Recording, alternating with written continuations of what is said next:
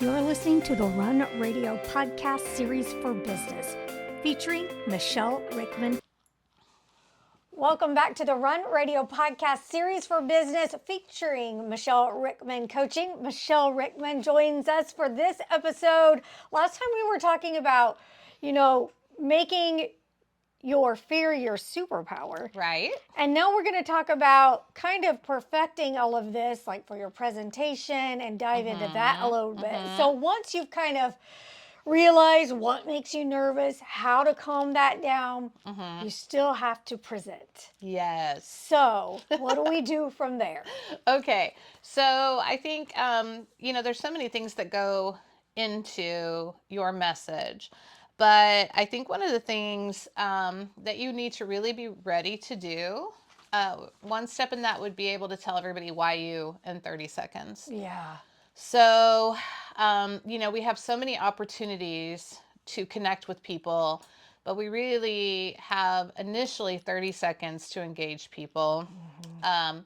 And so you need to know your expertise and your value. Okay. That's a big one that people really struggle with, is understanding their expertise and their value and being able to share that. Yeah. So a couple things that come with that is we're all taught to be humble. And we get that confused because we don't want to brag. Yeah. Right? But sharing your expertise and your value is not bragging. Okay. Bragging is when you're trying to lift yourself up above Yeah. other people. Sharing your expertise and your value is telling people how you can help them. Yeah. And establishing who you are, why you're good at what you do, where does that expertise come from, and what value do you bring to the table, Okay. is a part of your message. Okay. And you have to be able to do that confidently, which, we talked about how to overcome that fear, how to harness it and make it your superpower, taking those steps. So the next part of that is creating your message, whether that is a 30-second blurb or whether that is a full presentation. Yeah. Some things that can help you with that.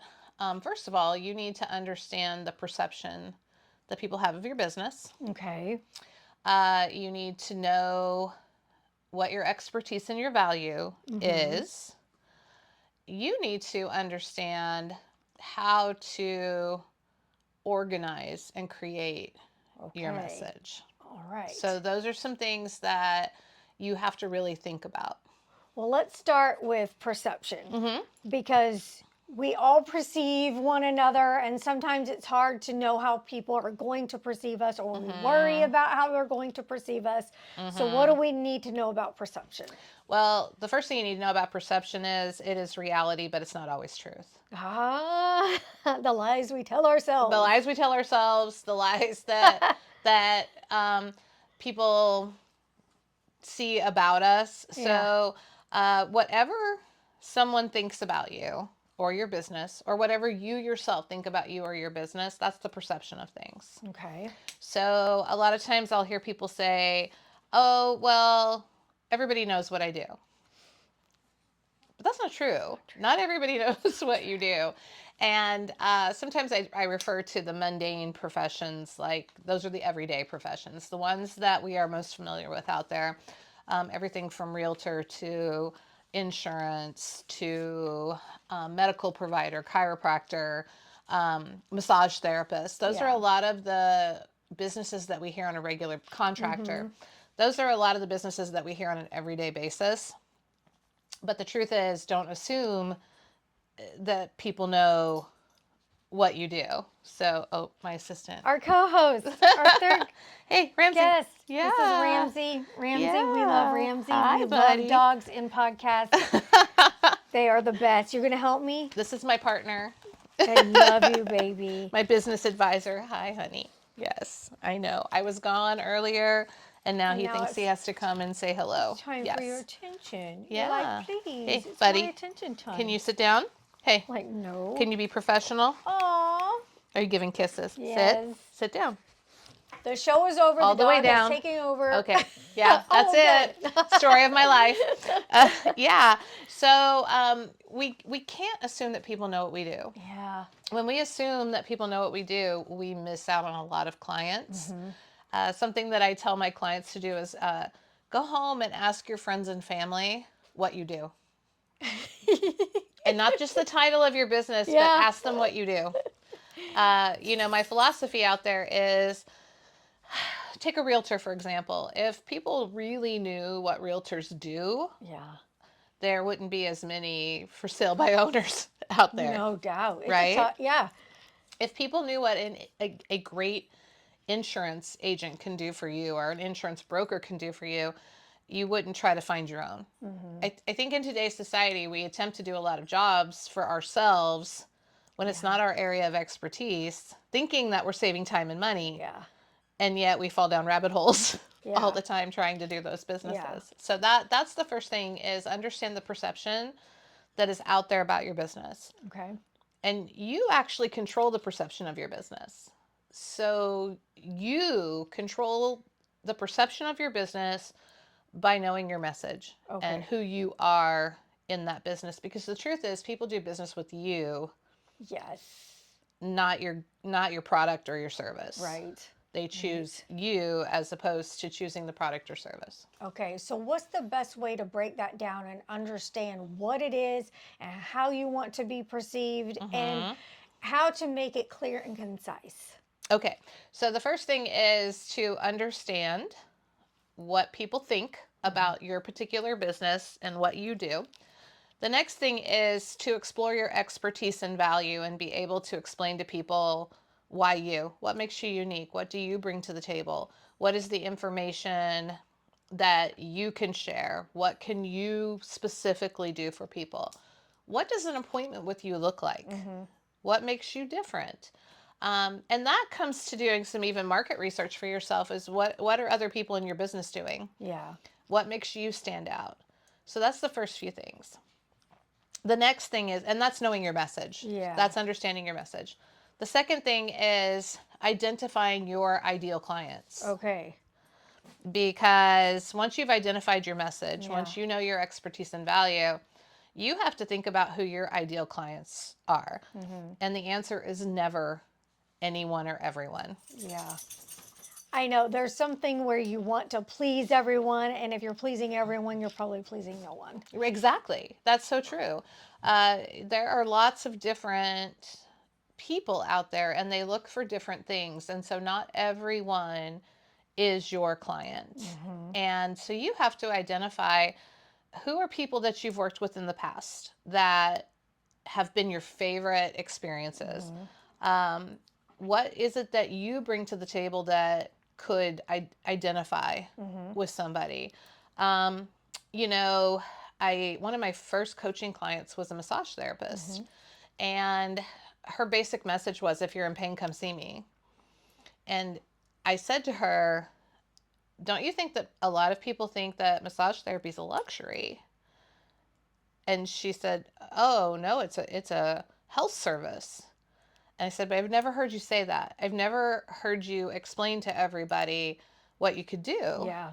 And I said, so if you could just right now pick your ideal client, who would you pick? And she goes, I think vocal performers. What? Exactly. Yeah. That was my response. And I said, what do you mean? And she said, well, I've worked with a lot of vocal performers, and I have some techniques that I can use to help.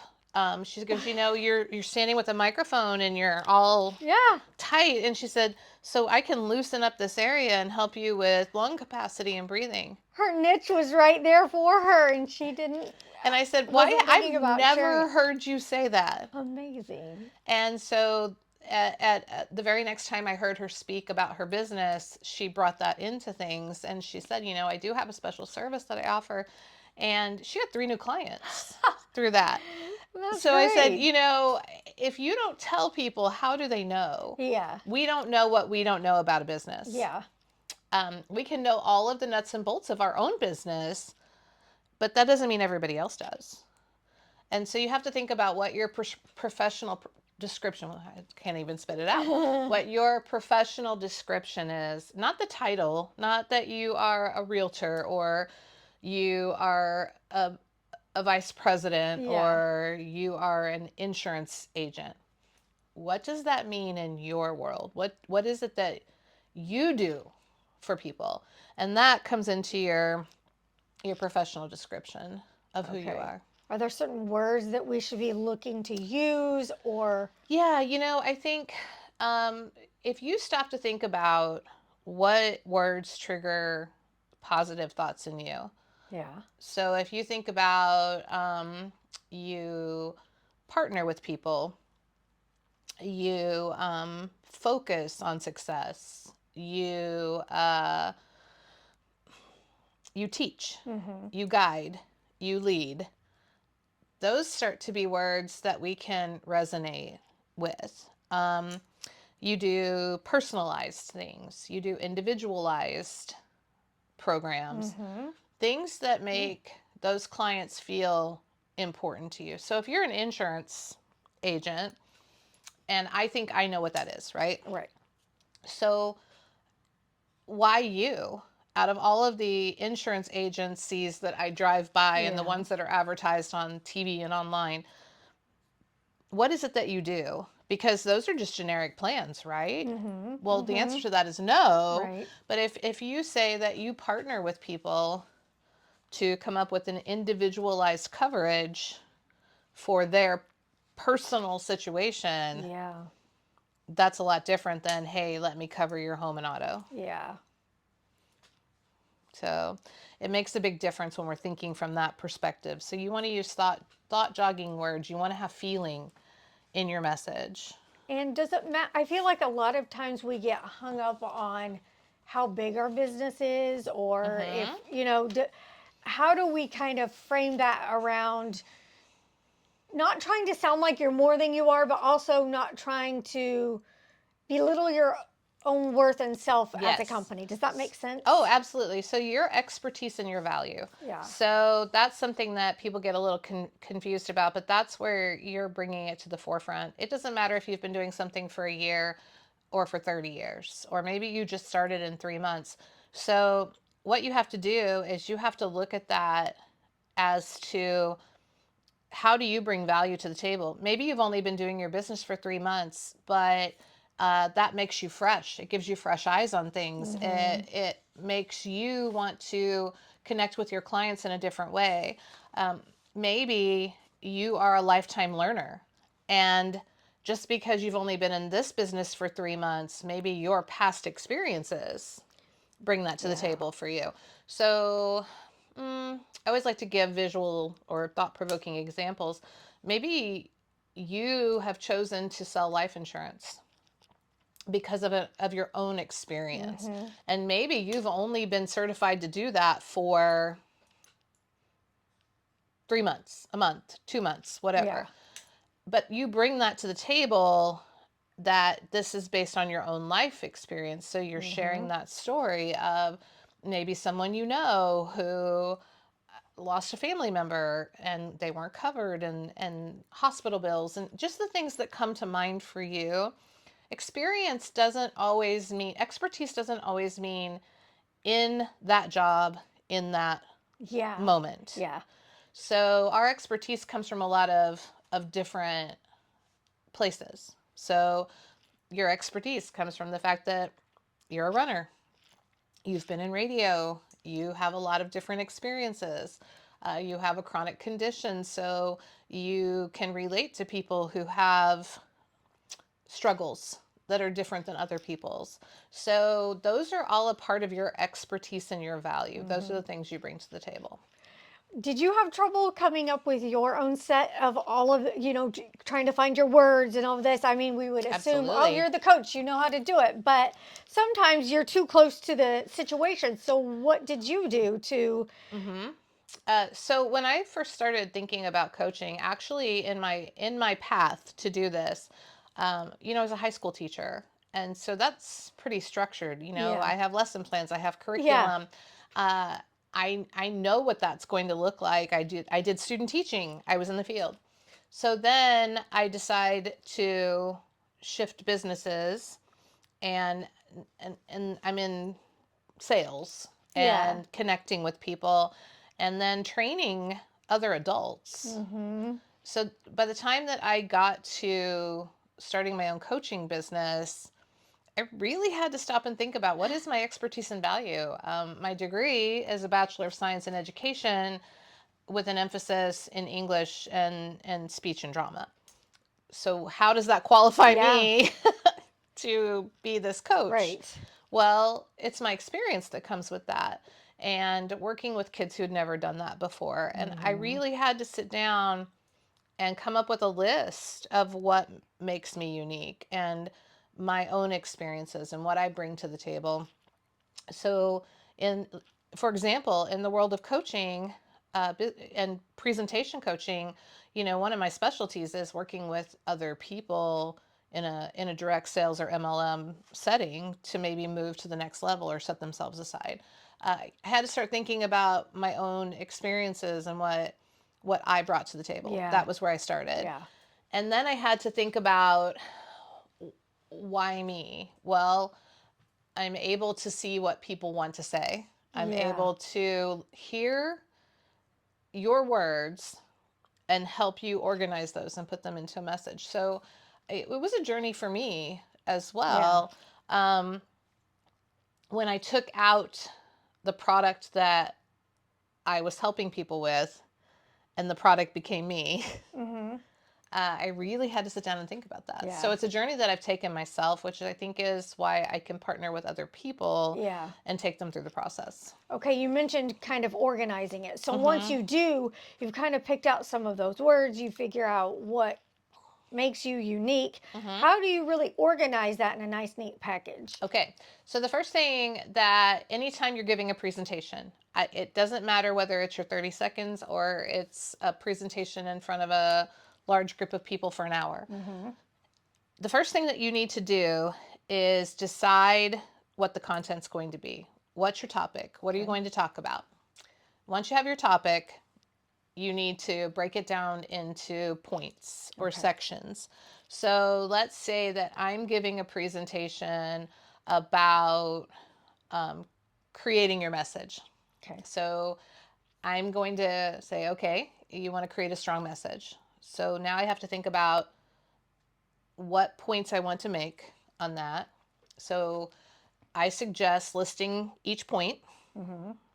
Then you need to get your supporting information for each of those points. Okay. So if this is step one, or this is the first supporting thing you want to talk about, this is your first topic, sentence, whatever, you've got your whole topic. This is the next point you want to make about your topic.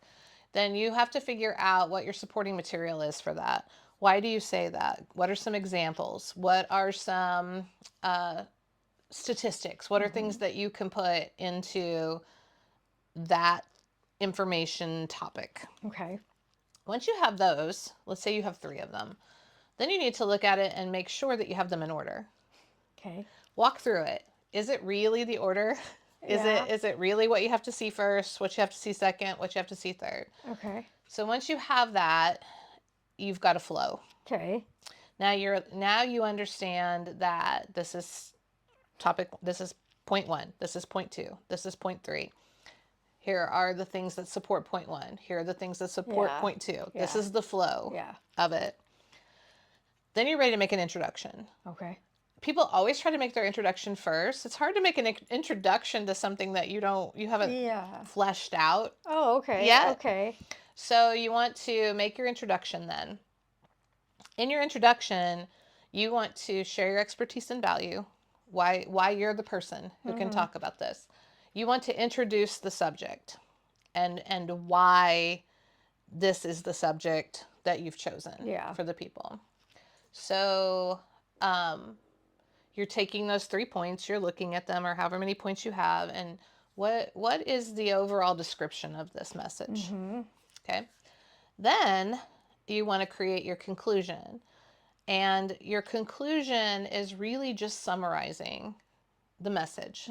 It's bringing everything together from beginning to end and quickly wrapping it into a package to say, here it is. Yeah. These are the points again. This is why this benefits you. This is how you can use it.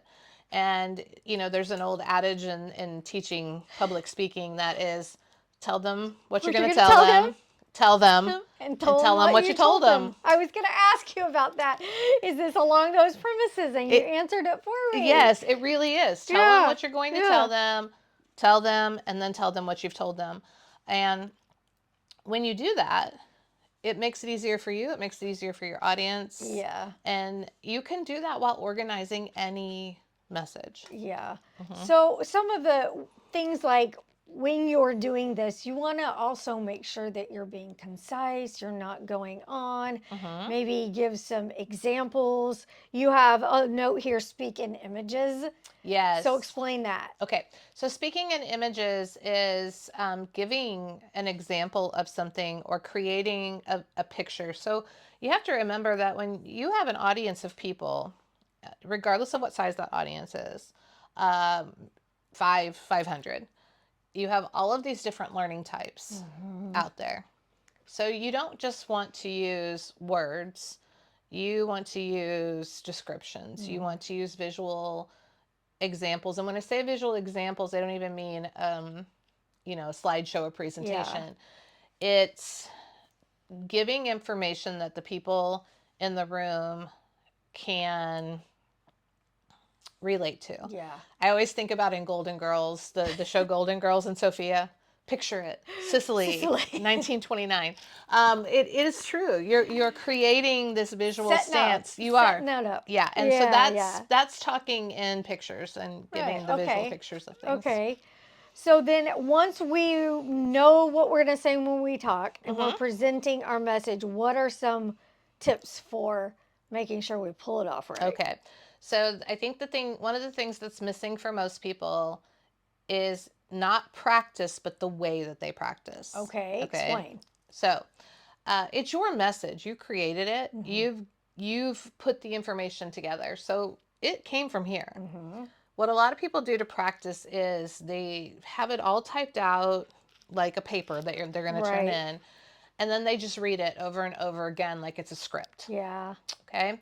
And while doing that a few times is good to get your flow down, trying to say that you practiced it because you read it over and over again isn't as effective as you think. Okay. The reason is that you're trying to memorize it word for word. Yeah. So that's a lot of pressure and a lot of stress. Yes. Especially if it's a longer speech. If it's a 20, 30-minute speech. Oh my goodness, yeah. That's a lot. Or people attempt to read it written out in full form and thinking that they can just go back and look and glance. That doesn't work for everybody. It's very stressful. You're actually setting yourself up to be stressed by doing it that way. So what I suggest with my clients and what seems to work really well for everyone is, read through it the first few times. That's great. When you are ready to practice it, create bullet points. Okay. You do not need the entire written process now. Yeah. You've used it to organize your thoughts. You've put it all together. Now you can bullet point. So when you're bullet pointing each thing, you want to start with the topic, whatever that portion of it is, whether it's your introduction, whether it is your first point. You want to start out with that. Then you want to break it down into small chunks. Yeah. So this came around to my acting background. Okay. When you're an actor and you're memorizing a script, people who don't have experience with this would have no way of knowing. But when you're ready to be what we call off book, meaning that you can't stand up on stage with your script anymore, you have a prompter. Okay. So there's somebody else who's following the script. You've read through it 100 times. You've practiced it. You've memorized your lines. So now all you should have to do is say line, and the prompter should be able to give you the first few words of the line, and you should be able to go from there because it's all in here. So bullet points are really the same thing. Okay. They're your prompter. Yeah. to help you move into the next thing. Yeah. Maybe it's a few statistics or numbers or information that you need to have written down. What I find for my clients is if you've practiced it that way, you can take your notes out there and with a glance, you can be right take back off. on your way Yeah. again. And so, bullet point, then practice performing it. Not just practice it as in memorizing it and reading it. Practice getting up in front of your friends, your family, people who will listen to you, and practice your facial expressions, your eye contact, how it's going to flow, how you're going to say it, how does it feel Yeah. when you're talking about it, because that's the whole package. Yeah. You can also do it in front of a mirror where you can see yourself. And if that's not as comfortable, you can always video yourself. Yeah. Because you do need to be aware that your facial expressions and your body language are matching what's coming out of your mouth. Right. So, by doing all of those things and having it organized, you are going to be able to use that with all of the things in that harness your fear, make it your superpower, that it's all going to flow a lot better for you. Yeah. And what you're saying with the practice out loud, like you're saying, because when you hear it and you hear yourself saying it instead of just reading, it hits different. And it does give you that confidence when you are in front of the other people. You're like, okay, this is how I intended it to sound. Exactly. You know what words that you want to hit that are more impactful, and or if you need to restructure something, sometimes you're like, why did I word it that doesn't make sense. Absolutely. You'll start to say it out loud and you'll think to yourself, well, that's not what I wrote, but that's what I want to say. Right. That's not what I typed out on the page, but that's what I want to say. So you do want to make sure that it has a flow to it. And if you record yourself, that's huge. And when I say record yourself, people get really uncomfortable with that. You just need to set up your phone or whatever and just take off. Don't look at the phone. Yeah. Have it off to the side. Pretend like you're looking at your audience. Record it while you're giving it to your kids, your spouse, whoever, and watch yourself. What kind of gestures are you making? What kind of facial expressions are coming off on you? Are you making eye contact? But also listen, because what you just said is very true. Sometimes you'll listen to yourself and you'll be like, oh, wait, I knew what I wanted to say there. That wasn't it. Yeah, that wasn't what I wanted to say Not what there. I wanted.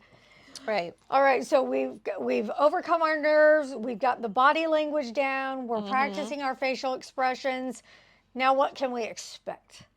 Well, once we've done all of that, what we can expect is a stronger outcome. We can expect to connect with the people and actually bring them value. We've taken the time to be thoughtful and organize. We're going to be able to expect to be more effective. We are going to be able to connect with our audience. We're going to bring more impact, and we are going to be sharing our expertise and value in a way that is helping people. And that is going to, from a business standpoint, that is going to bring business to you tenfold, because you're going to be able to better connect with clients. You're going to be able to get more referrals to your business, and you're going to be able to make that impact with the people that you want to make the impact with. You're going to bring in your ideal clients. You're going to let people know what you can do for them. Thank you so much. Yeah. Michele Rickman Coaching. The next episode, we're going to be talking about perception and the personal brand. Yes. So join us next time. In the meantime, MicheleRickmanCoaching.com for more. MichelleRickman.com. MicheleRickman.com. That's right. Yep. And also on social media. On social media, Instagram, Facebook. Yeah. All right. We'll see you there. Thanks so much. Thanks for listening to the Run Radio Podcast for Business series featuring Michele Rickman Coaching. Learn more about Michele and her coaching at michellerickman.com.